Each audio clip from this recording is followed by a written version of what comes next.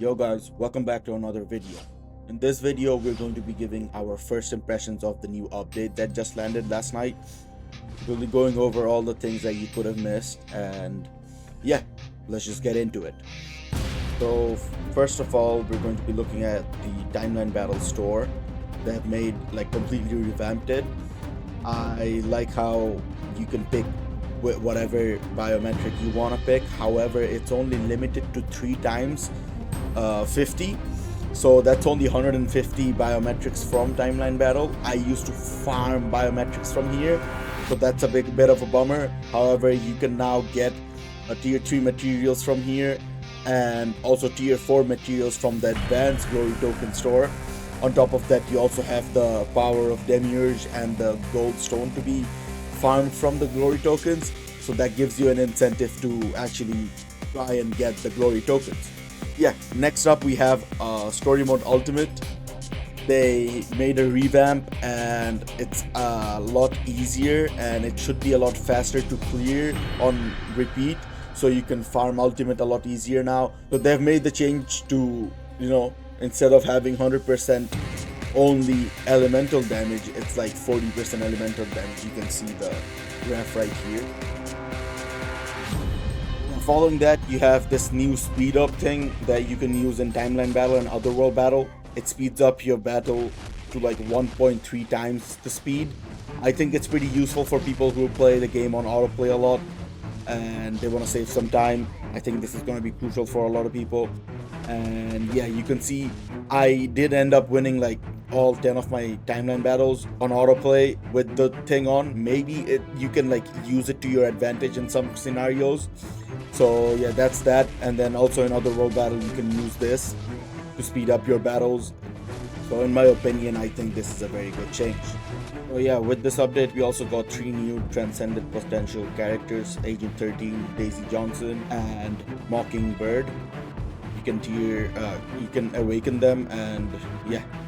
So now we can take a look at the new character that has been added to the game recently. He's a premium character. It's Black Knight, and from the looks of it, I absolutely love the aesthetic, and he seems to have the portability catering towards PvP. It increases his HP.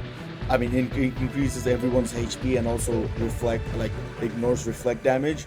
He has counter attack on his 3rd skill, so I think he's gonna be decently usable, but not that usable against the top metas. And he has a decent artifact as well. His artifact is also PvP oriented. I absolutely love how this character looks, and yeah, it's gonna be interesting to test him out in the coming days. And then now we have the new uniforms that have been added to the game. Juggernaut received a new uniform. He hasn't had a uniform in forever, and along with this uniform, he also got a tier 4 ability. So yeah, his kit is completely based around PvP. You need his artifact to actually make him usable. And yeah, he has counter attack on his 4th skill, along with 30% HP recovery. I think that's a very important thing to remember for him to be actually usable in PvP. But yeah, let's take a look at his skills now. And from the first impressions, you can already see the hits are so low that you can tell he is going to be only PvP oriented. So yeah, I wouldn't even bother building him for PvE. He has decent looking skills, and the uniform is pretty cool as well. And now we can go on to Dr. Voodoo. I think this is probably the best value uniform from the bunch. He received an insane support ability, increasing damage to supervillains by 50%. It's gonna be influential for both PvE and PvP, given it also reduces damage from supervillains. So yeah, he also has the other support ability in his passive, and also decent leadership, making him a very good support overall. I don't know how he would perform as a standalone character, but he does have like a V-pad on his 5th skill. So let's take a look at his skills. So his rotation is 3 cancel, 4 cancel, 5. It's pretty easy and it has a decent amount of hits. I still don't think he's going to be a good standalone character, so I would recommend building him for support only. My initial impressions are this uniform is absolutely worth it and you should pick it up. Finally bringing us on to the Ghost Rider uniform. Oh my god, I absolutely love this aesthetic. He looks like a Spartan, and instead of having his bike, I think he uses his spider to move around in his animations. But yeah, in the uniform, you already see he has super armor. That makes him a lot more useful in PvP. So it's a massive PvP boost. And yeah, his skills are, I think, almost the exact same.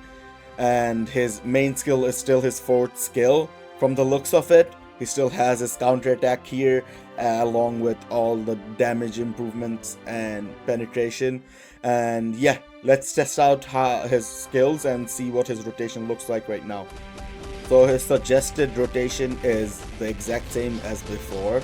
However, it seems like the delay on 3 is a lot longer from the suggested skill combo.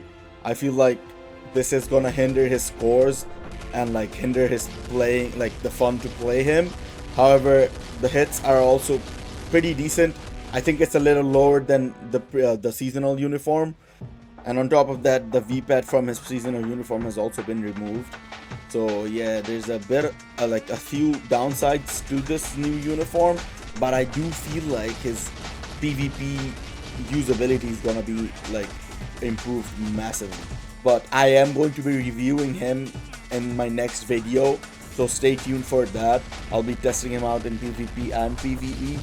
But yeah, initial impressions is a pass. Now the final change that I think is absolutely insane is the Dimension Mission reward. They added more support character biometrics that you can get. So already from the looks of it, like Sleeper is a new character that hasn't been in the list, and I feel like a lot of other characters have been added, and I think it's gonna be insane for free-to-play players. Like Polaris and Dazzler are the best mutant supports, and you couldn't get them before without like a special event, so you would have to buy the biometrics before. Now you can actually get it for absolutely free. However, I don't think they changed the characters you can get from the contribution chest. Yeah, it's the exact same as before. Yeah, I don't think, yeah, nothing has changed. This is still the same. So yeah, still this change is probably the best thing that happened in this update. So that's the end of this video. It was slightly underwhelming when it came to the new uniforms, but we won't know until we actually test them out properly. So yeah, stay tuned for the upcoming video on Ghost Rider, and leave your comments down below. Let me know what you guys think about this update and what you guys like and what you guys dislike. And make sure to leave a like and subscribe to the channel, and have a great one. Peace.